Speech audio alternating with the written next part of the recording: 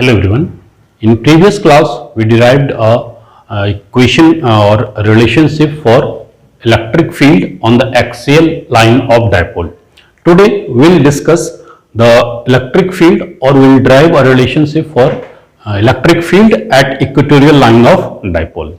So our next topic is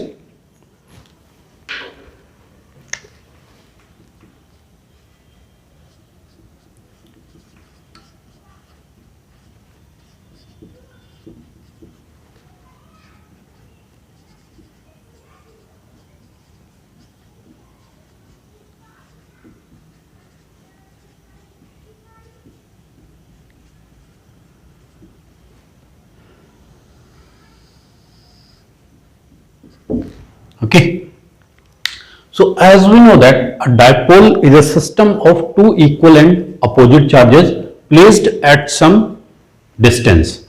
Okay. So first we'll discuss about the figure, then after we'll find the relationship. If we'll understand the figure, so there is nothing in derivation. So we'll take two charges.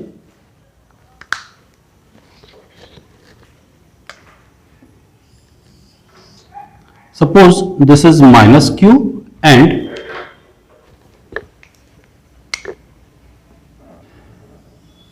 this is plus q. Clear? And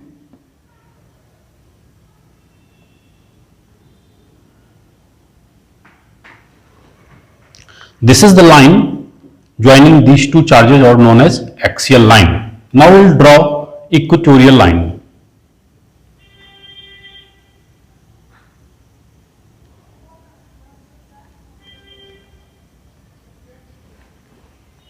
Okay. So this will pass through the center of dipole. Let this point is O. Okay. Now let this point is P. Okay. Now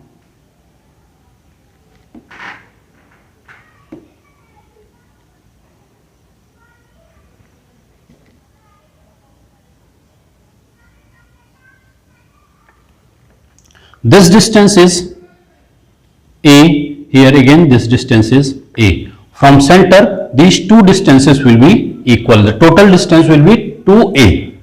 Okay. Now let this point P is situated at a distance r from the center of dipole. So now we can calculate P. Let this point is A and B. So in triangle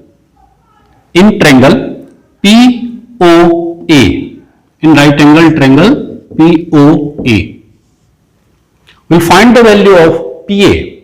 Okay. So this is right angle triangle. In that case, this becomes hypotenuse, and we know that hypotenuse square is equals to perpendicular square upon base square. That means PA square is equals to PO square plus AO square.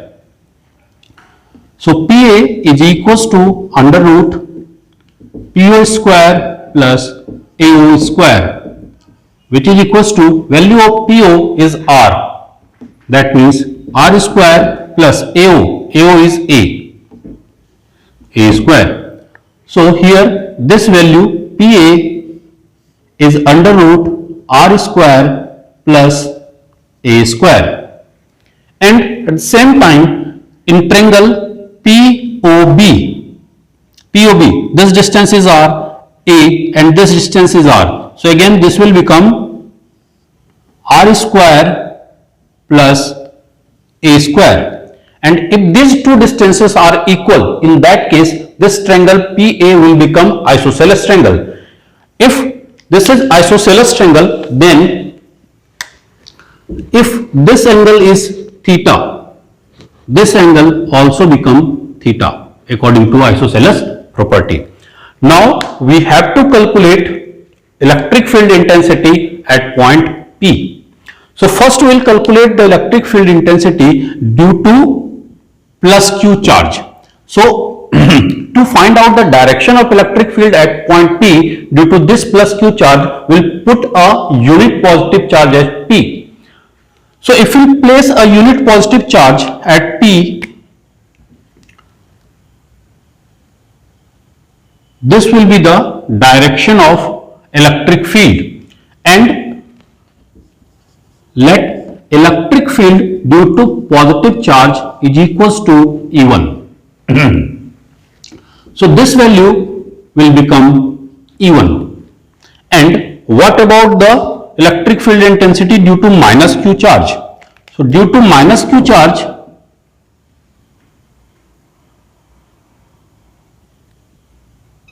if we place a negative, here it is negative charge, if we place a unit positive charge, so opposite charges attract each other. So this will be the direction of electric field intensity. Let E due to minus Q is equals to E2. For simplicity, nothing else. So here this becomes E2. Now we'll draw a line parallel to the line AB at this point P.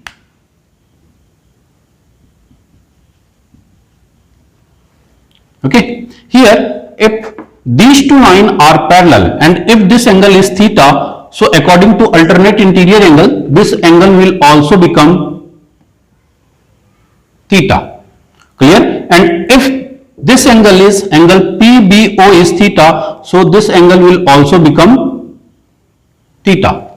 And from vertically opposite angle, this angle will also become theta. Okay. Now if we will resolve any vector, suppose we have a vector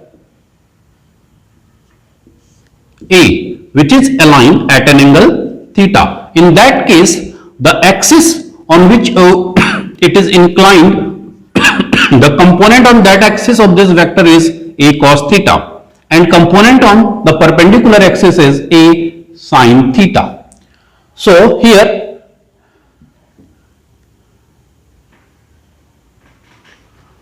if we think about E1, so in that case this vector will become E1 cos theta, or this component will become E1 cos theta, and the perpendicular component will become E1 sin theta.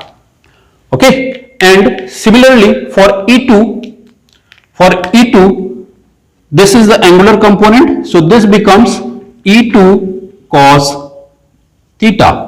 And the perpendicular component on E2 cos theta is E2 sin theta. Clear? Okay.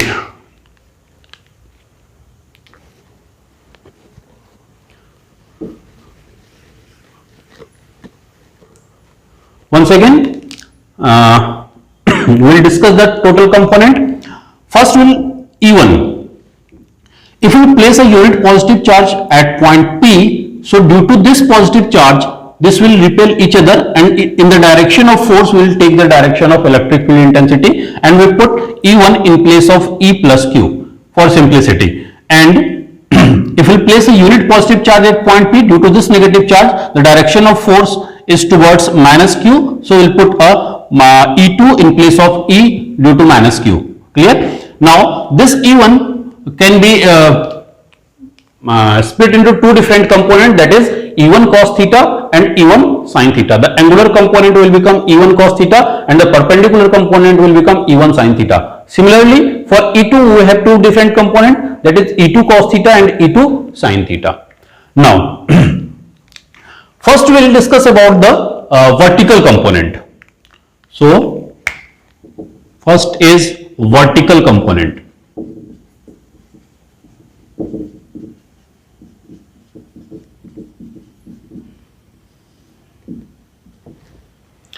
So we have two different vertical components, that is E1 sin theta and E2 sin theta. For that, first we will calculate the value of E1 and E2, and then after we will discuss this one.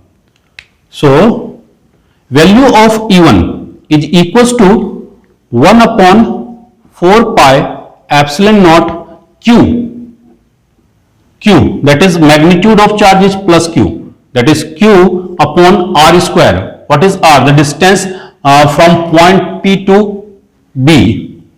P to B, that is under root R square plus A square and whole square. So this becomes 1 upon 4 pi epsilon naught Q upon R square plus A square. Okay, this is our equation number 1. Now E2. So E2 is equals to again 1 upon 4 pi epsilon naught Q. Magnitude of charge is again Q upon distance, that is R square, from distance from A to P, that is R square plus A square under root whole square. This becomes 1 upon 4 pi epsilon naught Q upon R square plus A square. This is our equation number 2. From equation 1 and 2, we can say that the value magnitude of E1 and E2 are equal.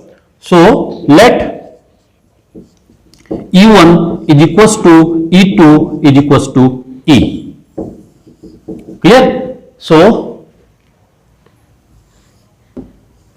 we can write over here E1 is equals to E2 is equals to E, which is equals to 1 upon 4 pi epsilon naught Q upon R square plus A square. Okay. Now we can find out the vertical component.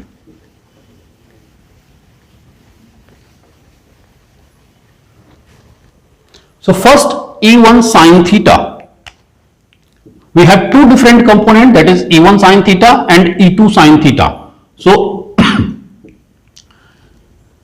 E1 is equals to E2 is equals to E. So this can be written as, so from here we can say E1 sine theta can be written as E sine theta and E2 sine theta can be written as E sine theta. So we can say E1 sine theta and E2 sine theta are equal in magnitude, but they are opposite in direction. Hence, they will cancel each other.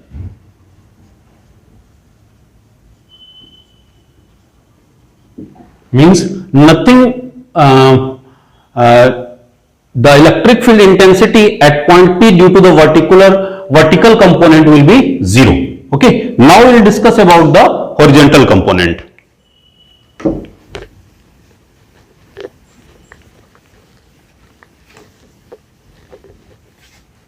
Next is second part, that is horizontal component.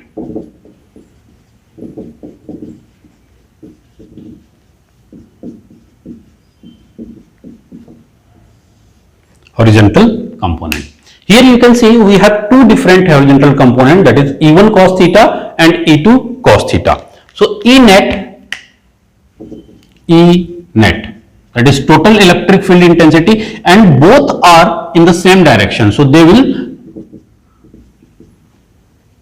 add up. So E1 cos theta plus E2 cos theta, and magnitude of E1 and E2 are equal. So can we say this is E cos theta plus E cos theta. So this can be written as 2E cos theta. Now we have the value of E, but we have to find the value of cos theta. So here we find the value of cos theta. So in triangle POA, in triangle, right angle triangle POA, cos theta is equals to base upon hypotenuse. This is angle theta, so this will become base and this is hypotenuse. That means A upon under root R square plus A square. So A upon under root R square plus A square. This can also be written as to the power 1 by 2.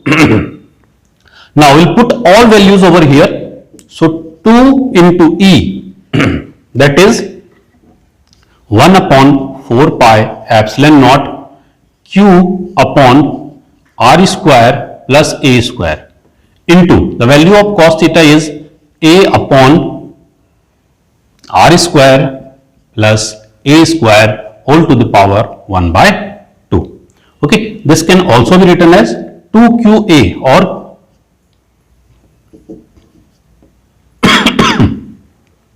2QA upon 4 pi epsilon naught. Here 1 plus 1 by 2 which is equals to 3 by 2 R square plus A square whole to the power 3 by 2. Clear? Now this is E net.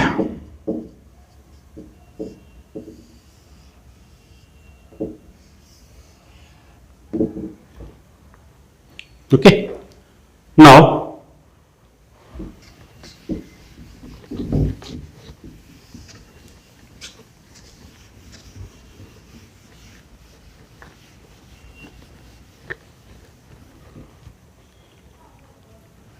if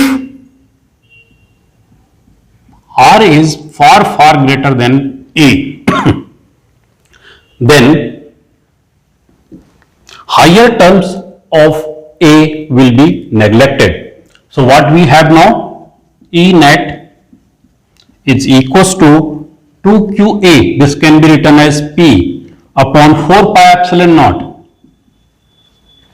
naught R square into 3 by 2 R square into 3 by 2. The higher terms of A can be neglected. So this will be cancelled out. This becomes P upon 4 pi epsilon naught RQ. This is E net. And we know that E axial, this is transversal, this is or equatorial.